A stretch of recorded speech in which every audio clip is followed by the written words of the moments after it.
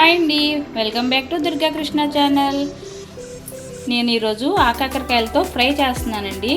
అది కూడా ఉల్లికారం వేసి కూర అంటారు కదా, ఫ్రై అంటుంది ఏంటా అనుకుంటున్నారా? నేను ఎలా చేస్తానో నా స్టైల్లో చూపిస్తాను చూడండి. నేను ముందుగా ఆకాకరకాయలు ఒక అరకిలో తీసుకున్నానండి. అవి శుభ్రంగా కడిగి ఇలా కట్ చేసుకున్నానండి. ఒక కాయని ఇలా మొత్తం 4 పక్షాలుగా కట్ చేసుకున్నాను. మీకు నచ్చిన స్టైల్లో కట్ చేసుకోవచ్చు.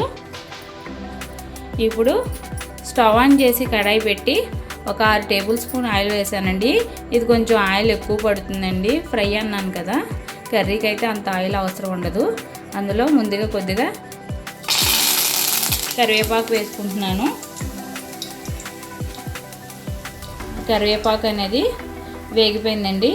ఇప్పుడు ఇందులో నేను ముందుగా కట్ చేసి ఉంచుకున్న ఆకాకరకాయ ముక్కలన్నిటినీ వేసుకుంటున్నానండి.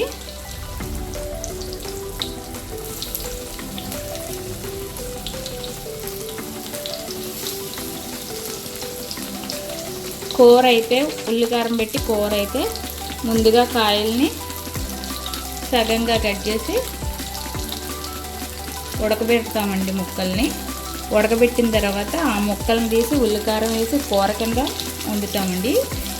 ఇది ఫ్రై అన్నాను కదా, సో దాని గురించి డైరెక్ట్గా ముక్కలు వేసేసుకోవచ్చండి. ఇలాగా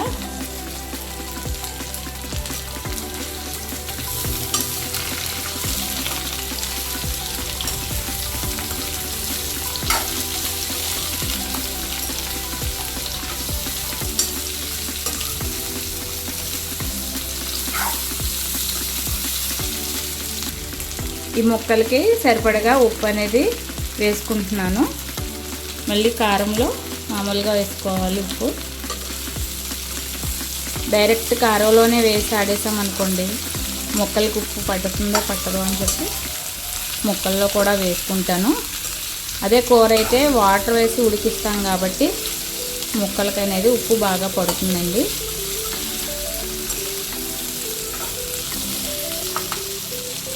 ఈ ఫ్రై ఇలా వేగుతూ ఉండగానే ఇందులో వేసుకోవడానికి ఉల్లికారం అనేది ప్రిపేర్ చేస్తానండి. ఇప్పుడు ముందుగా ఒక 3 ఆనియన్స్ కట్ చేసి ఉంచానండి. ఈ విధంగా ముక్కలుగా కట్ చేసి ఉంచాను. అలాగే ఇందులోకి టేస్ట్కి సరిపడినంత ఉప్పు అనేది వేసుకుంటున్నాను. కొద్దిగా పసుపు,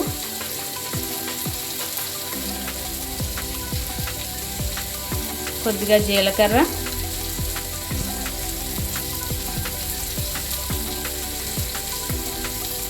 అలాగే 4 వెల్లుల్లి రబ్బలు,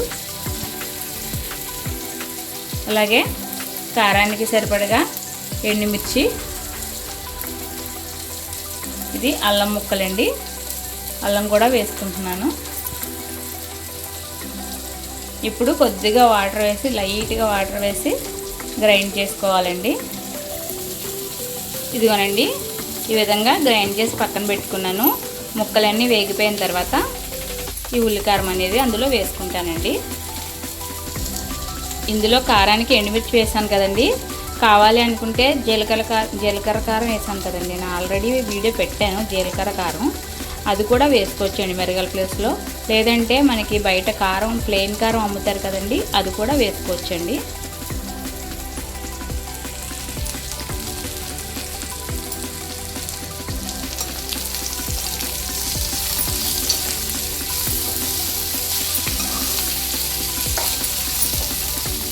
ఇంకా కొద్దిగా వేగాలండి.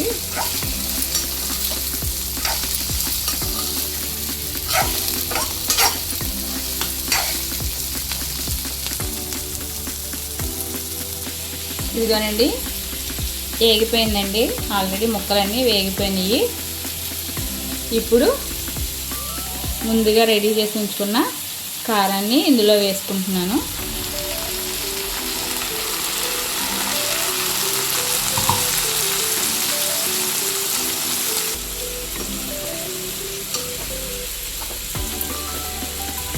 ఇందులో వాటర్ అనేది వేయకుండా ఈ ఉల్లికారం పచ్చి వాసన పోయేంత వరకు బాగా వేయించుకోవాలండి. చిన్న మంట పెట్టుకుని వేయించుకోవాలి, మంట పెద్దది పెట్టకూడదు.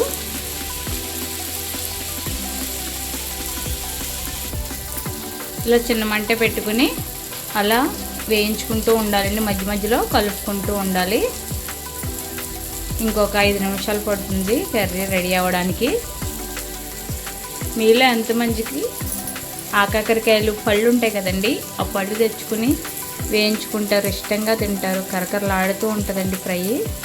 మా అమ్మగారింట్లో అయితే చాలా ఇష్టం అండి. ఇదిగోనండి, అలా పళ్ళు ఎక్కువ బాగా గింజలు వచ్చేయాలండి. పండిపోయిన కాయల్లో అలా ఉంటాయండి. ఏం లేదండి, ఇవైతే ఇలా ముక్కలుగా కట్ చేసుకుని ఆయిల్ వేసుకుని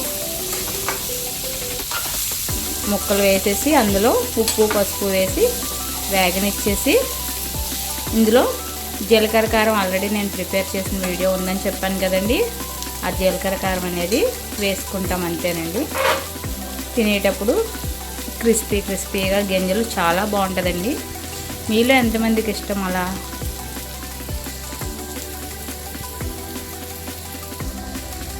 ఇదిగోనండి, కారం వేసే ఫ్రై కూడా వేగిపోయింది. అంటే ఆకాకరకాయలు పళ్ళు గింజలు వేసి వేయించుకుంటా అన్నాం కదండి, గింజలు ముగ్గుపోయిన ఆకాకరకాయలు. ఇది ఏం లేదండి, ఎండుమిర్చి, జీలకర్ర, ఉప్పు, ఎండుమిర్చి అంటే కటింగులు, అలాగే మెలికలకాయలు కలిపి ఆడుకున్నామండి. ఆ కారం వేసుకుంటున్నాను. ఫ్రై అనేది రెడీ అయిపోయింది.